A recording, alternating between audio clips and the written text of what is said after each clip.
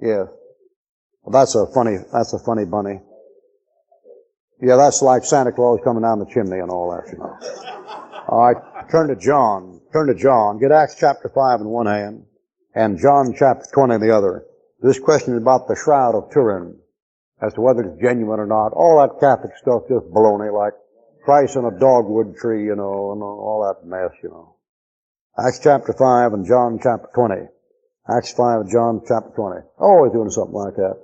Suppose it was the actual thing in his buried, and you know what that means? Nothing.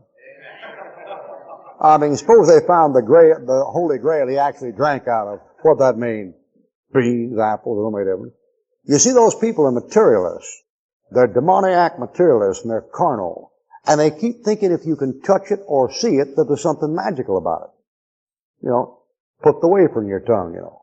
Drink the stuff, you know, get a piece of the cross. There's enough piece of the cross of Christ in Europe to make a ranch-style house out of it. That cross must have been 300 feet high and 100 feet crossbar on it, you know, 42 inches thick. They had a joke in the Dark Ages about they had two heads of John the Baptist. They had one at Poitiers in France and one in Milan, Italy. And one of them was bigger than the other one.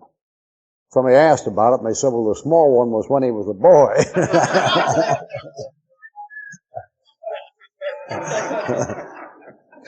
I mean, people like the Kennedys, you know, the Kennedy family are superstitious and nuts, you know, believe all that kind of stuff. Claire Boothloose, you know, Princess Grace of Monaco, superstitious and nuts, believe that kind of stuff. You take when Philip, one of the greatest characters in history is Philip the Fair of France. Always did like him, probably unsaved, but he's real courage man. And Boniface wrote him a letter, Pope Boniface. And Pope Boniface wrote him a letter and said to Philip, King of France, from the Bishop of Bishops, His Holiness Boniface, servant of servants, let the King of France know that we, successor St. Peter, are judge and control of all countries and temporal matters as well as spiritual matters, and those that think otherwise we count as heretics. And Philip wrote him back a letter and said, to Boniface, who enacts the supreme pontiff, small greetings or none. He wrote back to him, and he said, let it be known to Boniface, to your superlative fatuity, he called him, which means bloated up gas bag. That's what that means. Your superlative fatuity, we kings of France don't accept your authority in any temporal matters, and those who think otherwise we count as fools and madmen. That's the way to answer a pope. He called a pope a fool and a nut. That's what it was. And the pope got mad and excommunicated him. Philip didn't mess with him. Philip sent a squad down there, and they came into the Vatican, captured the old pope, took him off, put him in the slammer. And when they arrested him and went out of the room, they knocked over a vase that had some of Mary's milk in it. That's it. Find out from Philip Schaff, a Kister, a Mosheim, and Neander is common knowledge.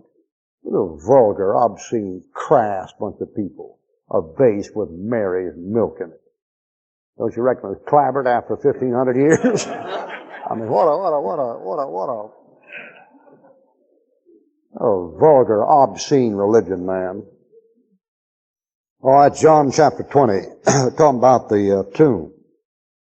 All right, John chapter 20, verse 3. Peter therefore went forth, not of the disciple, and came to the sepulchre. So they ran both together, and the other disciples did outrun Peter and came first to the sepulchre. And stooping down and looking in, they saw the linen clothes. Not a robe, not a shroud, the linen clothes lying. Then cometh Peter following, went into the sepulchre and saw the linen clothes lie, and the napkin that was about his head, not lying with the linen clothes, but wrapped together in a place by itself. Now what would the linen clothes be doing? Why, anybody who read the Bible know what it was. When Christ was born, the angelic host said to the angels out there in the field when they heralded the birth of Christ, they said, this should be a sign to you. A sign to something unusual. A sign. You shall find the babe wrapped in swaddling clothes, lying in a manger. Why is that a sign? Because when they buried him, they wrapped him in swaddling clothes, not when they were born. Look at verse Acts chapter 5. That's burial. Acts chapter 5, verse 6. Acts 5, 6, and the young man arose, wound him up. Don't put a shroud on him or a robe. They wound him up and carried him out and buried him. Linen clothes, bandages, that long, wrapped around the corpse like a mummy. That was the only baby who was ever born to die. Wrapped in swaddling clothes, lying in a manger. It's strange how these things survive. You take to this day in a newscast, well, that's about 11 o'clock. That about winds it up, folks. That about wraps it up for tonight. Why do they say that? Why say when the time run out, that winds it up? Why, time doesn't run out when you wind up a clock. When you wind up a clock, you keep it going. Because, well, 10:55, that about winds it up. You know what he's doing? He's quoting the King James Bible. When your life is over, they wind you up.